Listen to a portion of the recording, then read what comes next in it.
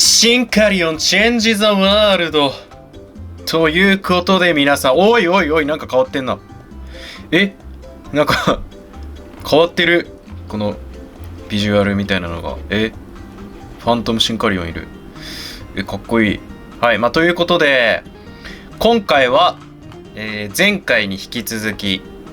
前回ね何やったかというと、こちら第1話チェンジザワールドのね、感想をね喋りました。でその動画でね皆さん本当にコメントねありがとうございました。そうやってみんなでいろいろ語り合っていきましょう、語らいましょうということで、今回こちら第2話運転士大成大成ねについて語っていきたいなと思います。感想をね。はい。でこのあらすじなんですけれども、シンカリオン E5 はやぶさに乗り初めての戦いに臨む大勢。慣れない運転に苦戦を強いられるも、高輪の指示でビークル合体を果たし、なんとかアンノーンの撃退に成功する。しかし幼い頃イナと一緒に E5 系の陸曹を見学した思い出の歩道橋を守ることができなかったと大勢は責任を感じてしまいということで、なってるんですけれども、はい。これもね前回シンカリオンに乗りますってところで終わってたんですよ、第1話が。で今回はやっと、シンカリオンに乗るってことで、シンカリオンこの E5 はやぶさの、まずその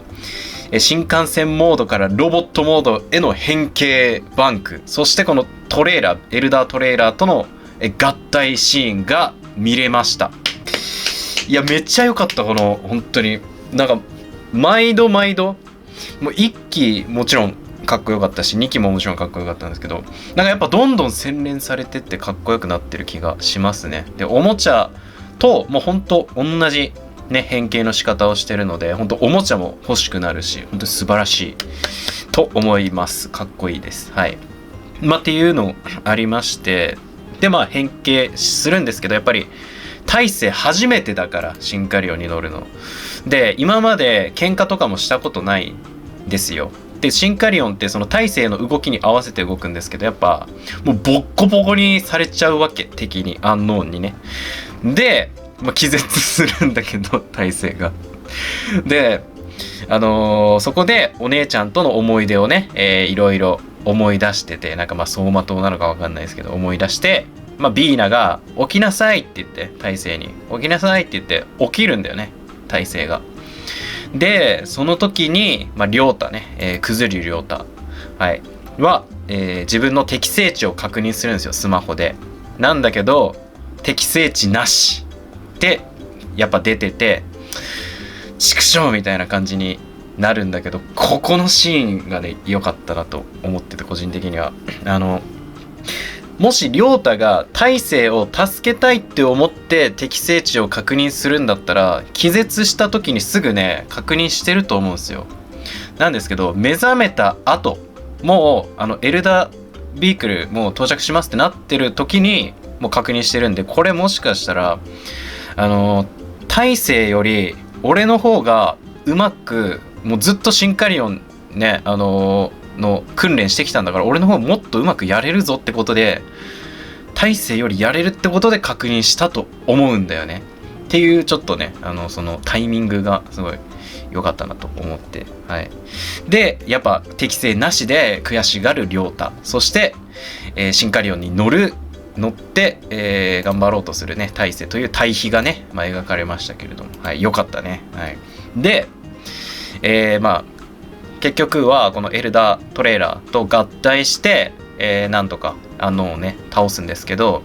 今までのねシンカリオンだと結構叫んでたんですよ。なんか必殺技じゃないけど武器名なんだっけ、改札ブレードだっけ、なんだっけとか、なんか喋って必殺技叫んで敵切って倒すみたいな感じだったんですけど、今回普通になんかそういうのなく普通に倒してたっていうのと、あとそうだ、その前のやつと違うなって思ったのが、これ着替えてんすよね、このシンカリオンスーツみたいなやつに。今までだとシンカリオンのコックピットに入った瞬間にファンタジー的になぜかこのふわーんってこう服装が変わるっていう演出だったんですけど、ちゃんと着替えるっていう現実的な演出に変わってましたね。っていう結構なんか割とリアル路線に、ね、なってるっていうのかなと思いましたね。やっぱそこが今までのシンカリオンと違うところかなと思います。で、戦闘ねもうたっぷり前半パート使って描きまして、で次のシーンですよ。大勢気絶しちゃって、また多分疲れて初めての戦闘だったし気を張ってたんでしょうね。で病院のベッドで起きて、で舞がいるんですけれども、大丈夫とかって言って、そこで大勢が何もできなかったって言うんですよね。でそれを聞いて亮太もいたんですけれども、亮太がなんだよそれって言うんだよね。いっつもおちゃらけてほんわかしてる亮太がここで、なんだよそれっていう、気持ちが出ちゃうんだよね、言葉で。で大勢がえってなった時ににゃははとかって言ってまたごまかすのさ、亮太は。はい。で、どっか行っちゃって、なんか高輪先生になんとかしてくれるみたいなこと言ってどっか行くっていう、このやっぱ亮太のこの悔しがり、をしっかり描いてるっていうところね。はい。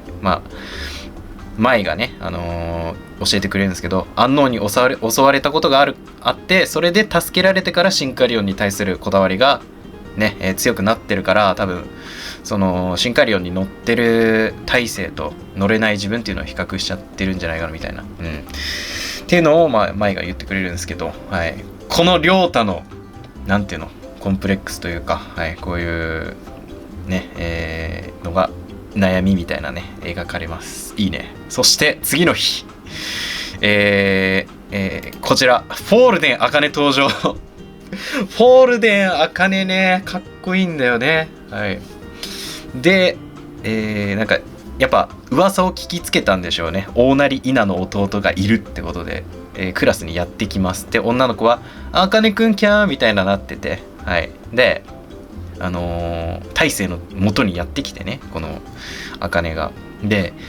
優秀な姉がいると大変だねって言うんだよね。で苦労するよなお互い、望んで弟になったわけじゃないのにって言って、茜もアスリートの兄がいて、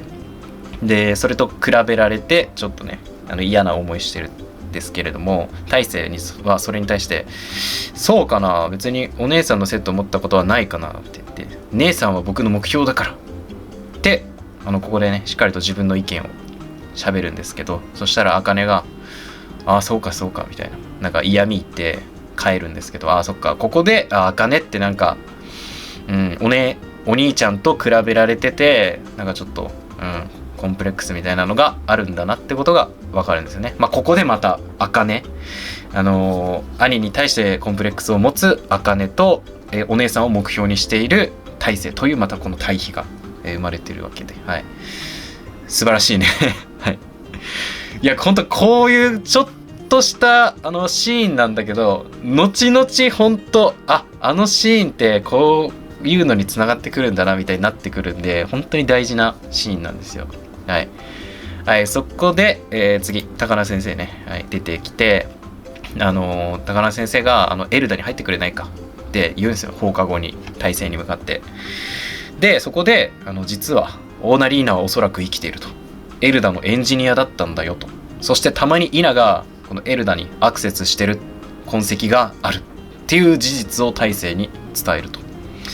ですけど大勢はいや僕は何もできませんでしたって言ってエルダに入るのを断るっていう、やんわり断るっていうね感じなんですよ。でもビーナこちらね、はい、AI ビーナはなんかいつもなんか大勢あんたしっかりしなさいよとか言ってるけど、この時はなんかいやあんたそのシンカリオンに乗って戦ってたのかっこよかったよって言ってくれるんですよね。そこで大勢はイナさんのことを思い出します。はい。イナさんが言っていた言葉が、失敗がかっこ悪いんじゃない、そこから立って歩こうとしないのがかっこ悪いんだよ大勢っていう言葉を思い出しまして、イナさんとのね、なんか大勢ねめっちゃお姉ちゃんのことを思い出すんだよね。お姉ちゃんからそう言われたからこうするみたいな、本当に人生の軸になってんだよね、お姉ちゃんが。っていうのがあって、ちょっとここでちょっと話脱線しますけど、もしお姉ちゃんがもうとんでもないなんか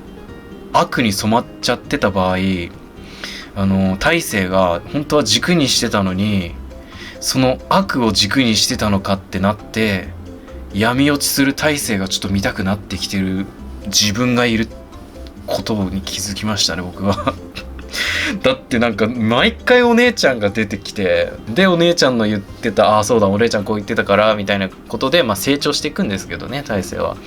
なんですけど、もしそれが崩れたら大勢どうなっちゃうのかなっていうところがちょっと見たくなっちゃってる、僕は。そこね、わかんないですけど、どうなるかは今後わかんないですけど、でそういう言葉を思い出して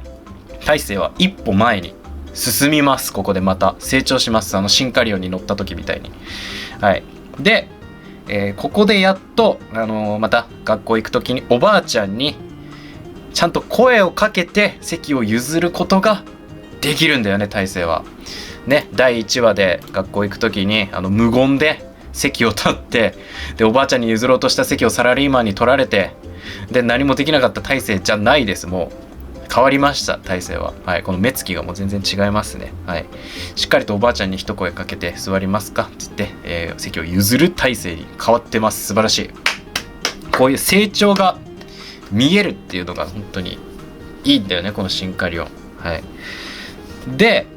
また鉄道部の部室に行きまして、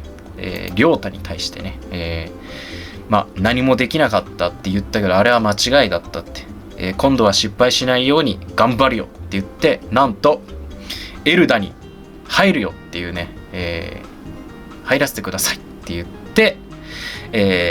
この第2話が終わるっていう感じなんですけれども、素晴らしいね。本当になんかその1話のシンカリオンに乗りますっていう引きから、しっかりと前半でシンカリオンのかっこいいバトルパートを描きつつ、後半では亮太のね悩み、そしてフォールデン茜初登場なんですけど、フォールデン茜はこういう人物なんだなっていうのも描き、大勢の成長も描き、はいっていうね、はい感じになっております。素晴らしい。はい。で、この第2話の次ですね、第3話、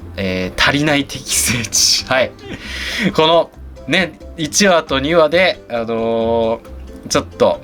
大丈夫かってなってた亮太の、話になります。ということで、次ね、第3話も、この感想パート感想動画ね、出したいと思いますので、皆さん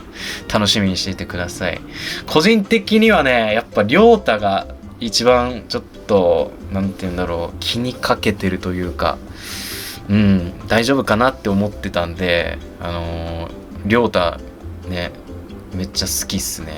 推しかもしれない。はい。ということで、今回の動画ね、以上になります。皆さんも何か、コメント、第2話じゃなくてもいいのでね、こうなんじゃないかとか、もし今後こうなるんじゃないかとかでもいいんで、あとこのキャラ好きとかでもいいんでね、はい、よかったらコメントよろしくお願いします。ということで、今回の動画以上になります。いいなと思った方、ぜひチャンネル登録、高評価、X、TikTok のフォローなどよろしくお願いします。最後までご視聴ありがとうございました。スタルケルでした。